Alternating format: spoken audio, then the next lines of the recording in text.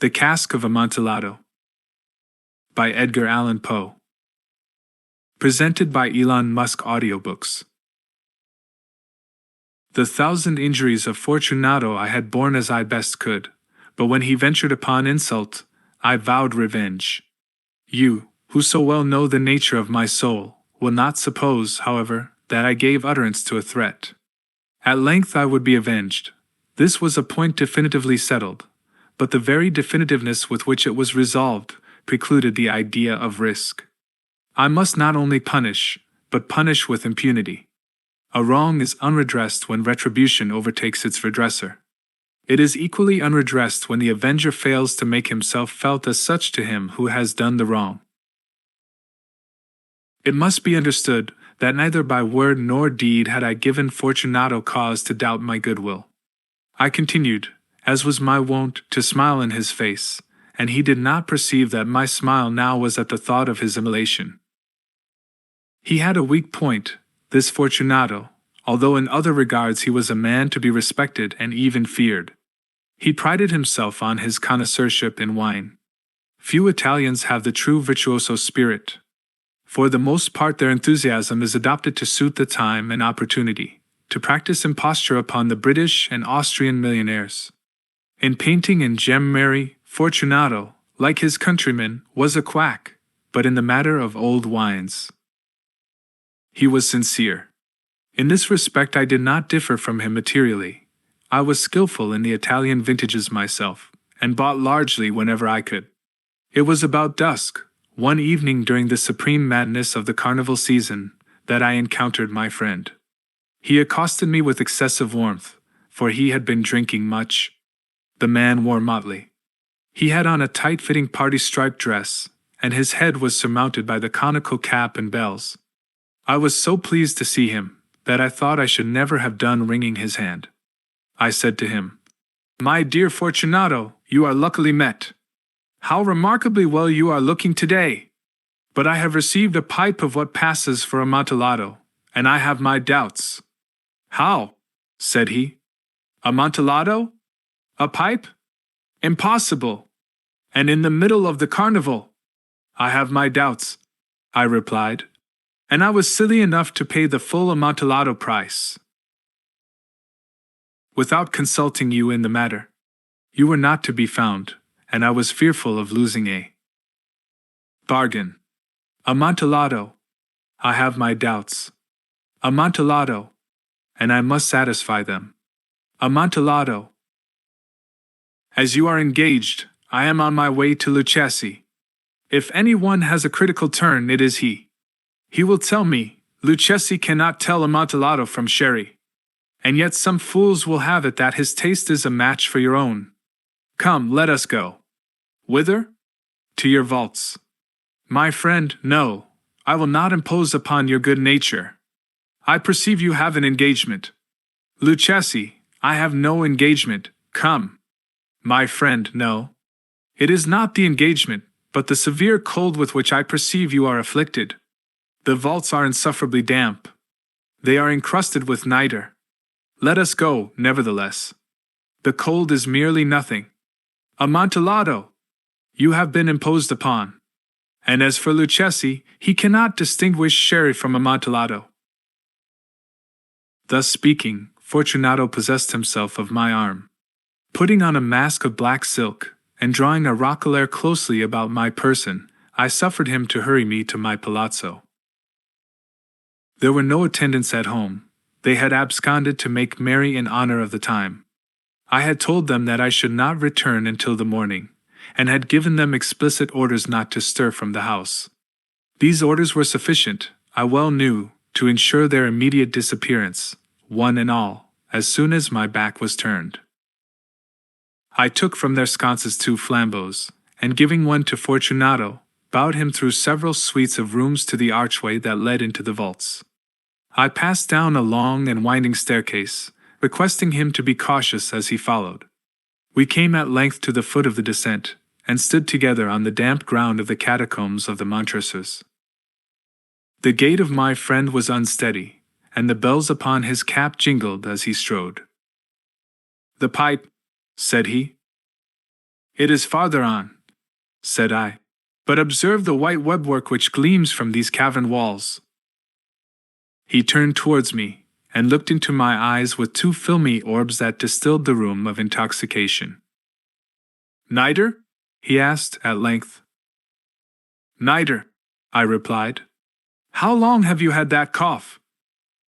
"Ugh, ugh, ugh, ugh, ugh, ugh, ugh, ugh, ugh, ugh, ugh, ugh, ugh, ugh, ugh."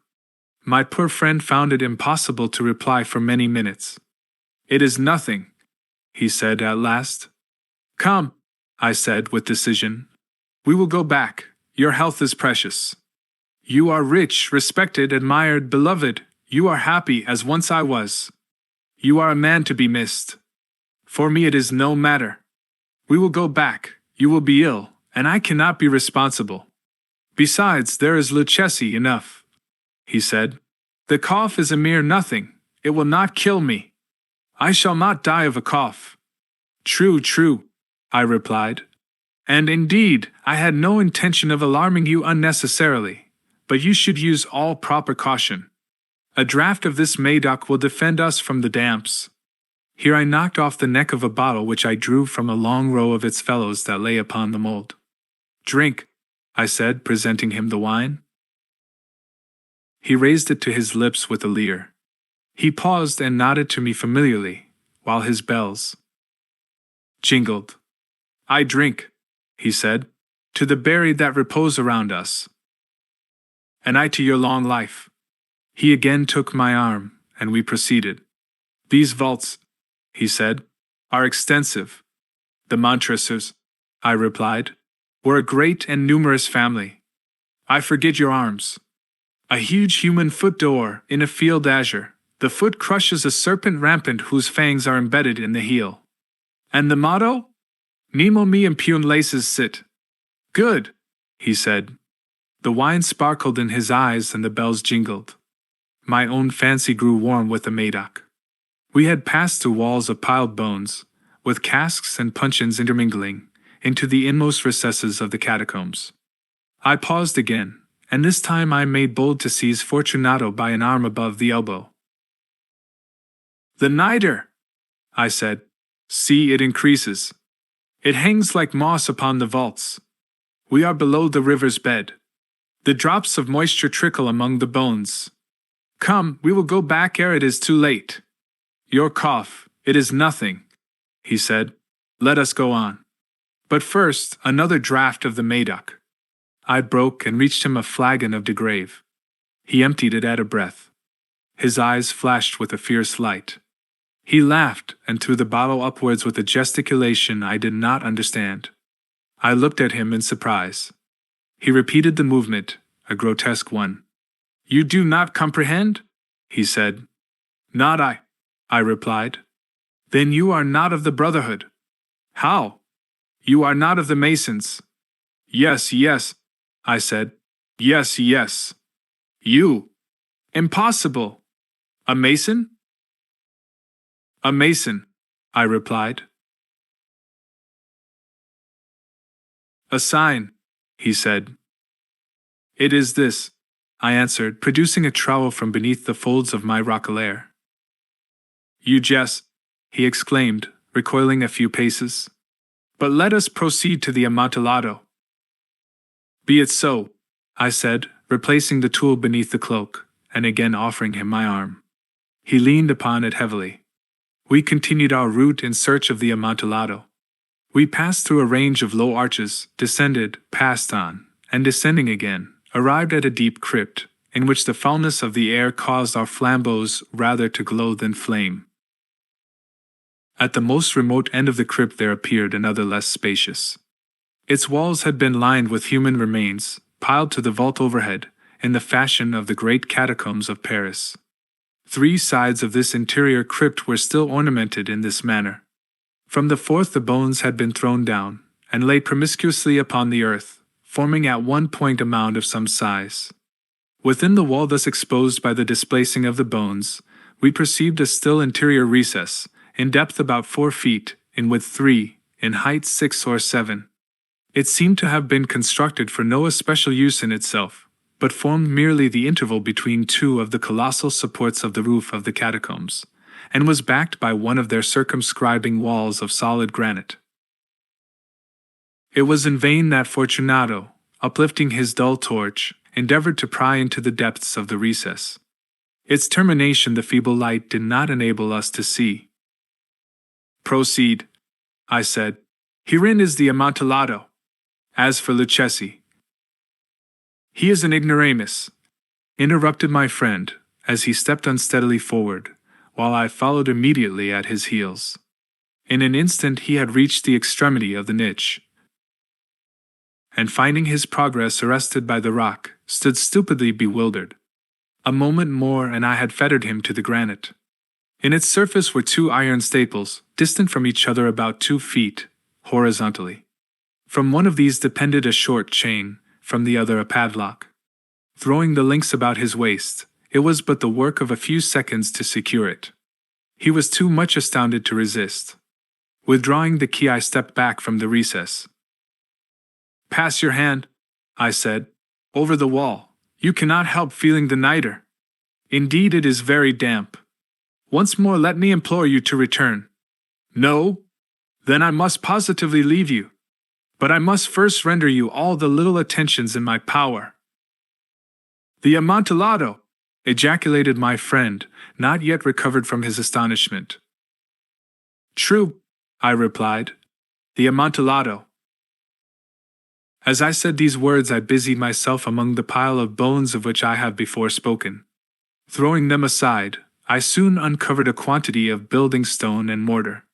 With these materials and with the aid of my trowel, I began vigorously to wall up the entrance of the niche. I had scarcely laid the first tier of my masonry when I discovered that the intoxication of Fortunato had in a great measure worn off.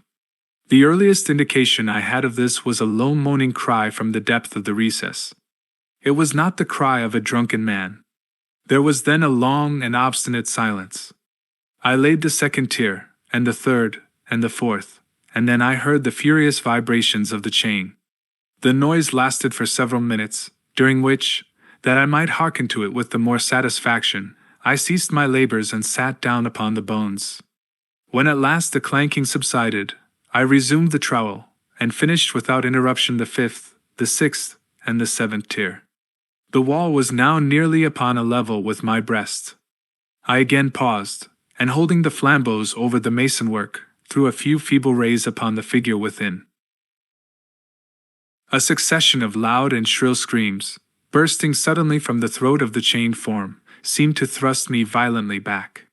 For a brief moment I hesitated, I trembled. Unsheathing my rapier, I began to grope with it about the recess, but the thought of an instant reassured me. I placed my hand upon the solid fabric of the catacombs, and felt satisfied. I reapproached the wall. I replied to the yells of him who clamored.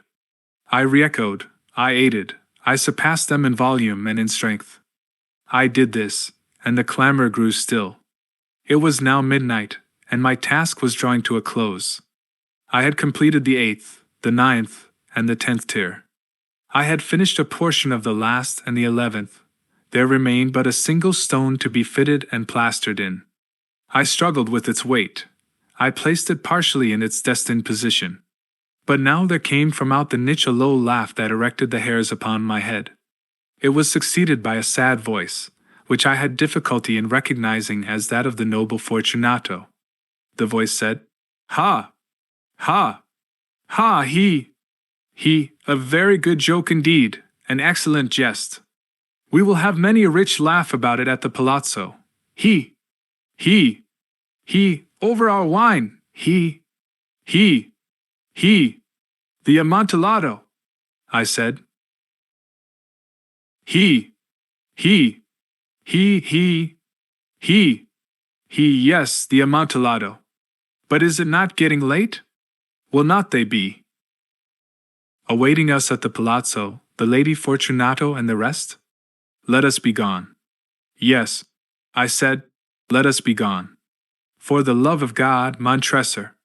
Yes, I said, For the love of God! But to these words I hearkened in vain for a reply. I grew impatient. I called aloud, Fortunato! No answer. I called again.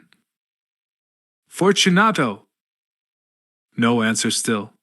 I thrust a torch through the remaining aperture and let it fall within. There came forth in return only a jingling of the bells. My heart grew sick on account of the dampness of the catacombs. I hastened to make an end of my labor.